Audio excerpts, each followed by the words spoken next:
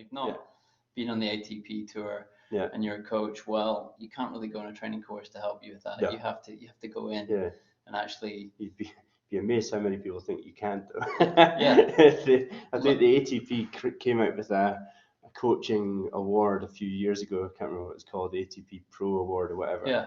And it's amazing how many people went on that course and then were going about saying, I'm an ATP tour coach. Right, and I'm like, no, you're not. No, you don't work with any players.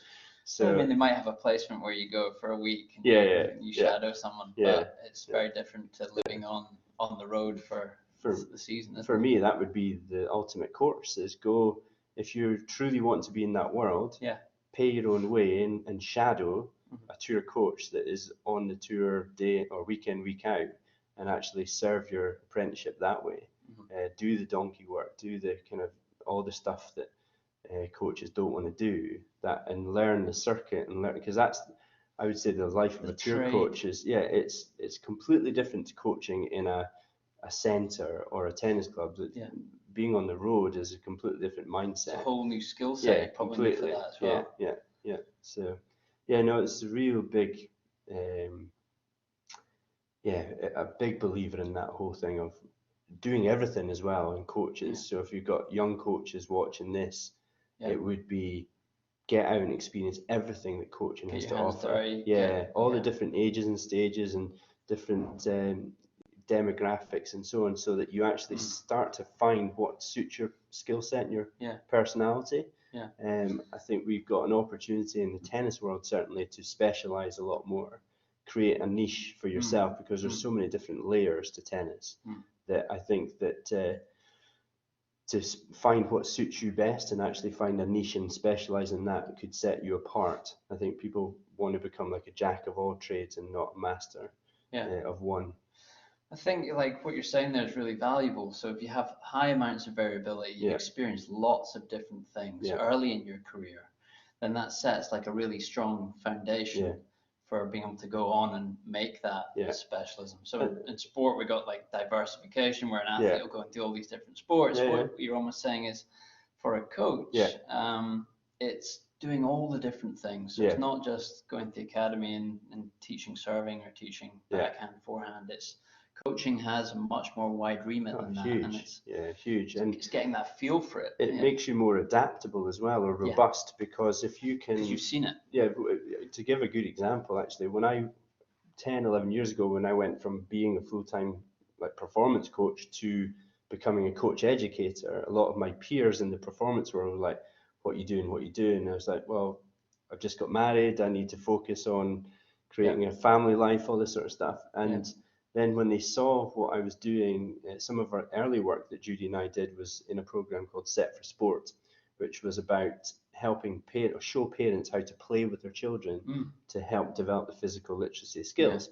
So they're seeing me one week maybe being at a big tournament somewhere internationally, whatever, and then the next time they see me, it's the balloons and beanbags and soft toys and jumping pretend rivers and all this sort of stuff. And they're like, what are you doing? And I'm like, this coaching is more difficult, more complex than what we do in the performance world, because the players are able, there's different demands. So I'm not saying it's maybe more difficult is a different, is not the right word, but the skills I reacquired, if you like, or reminded myself about, were those that I did when I was 28 years ago. So those core coaching skills. Exactly. And organization, communication, being able to adapt on the spot, because you might have 30 people in a class that are all different attention spans.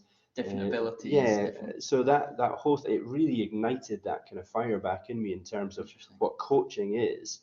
And then when I went back to still working in the performance world, I found it so easy compared to that stuff.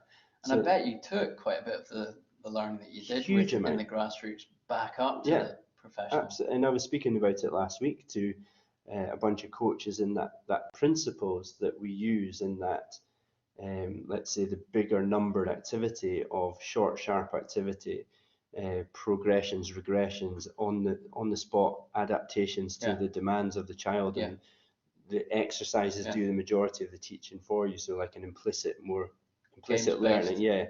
So that kind of stuff, I think 100% we should be taken back into the performance world, because they're humans as well. They're not different people. I think the principles are exactly Yeah. the same, isn't it? So you're there chatting about, getting the challenge point right for Yeah. the player. Yeah. So like you're manipulating the context of the coaching session to Yeah. get the challenge just right for the player. Yeah. It might go beyond, so you might have to pull it back Exactly. down. Yeah. That principle stays the Yeah. same for a 5-year-old, That's it. 10-year-old, 15-year-old, Yeah. or a pro Yeah. on tour. I had a funny one, I think it was on Facebook, a coach from one of the workshops we did last week down south.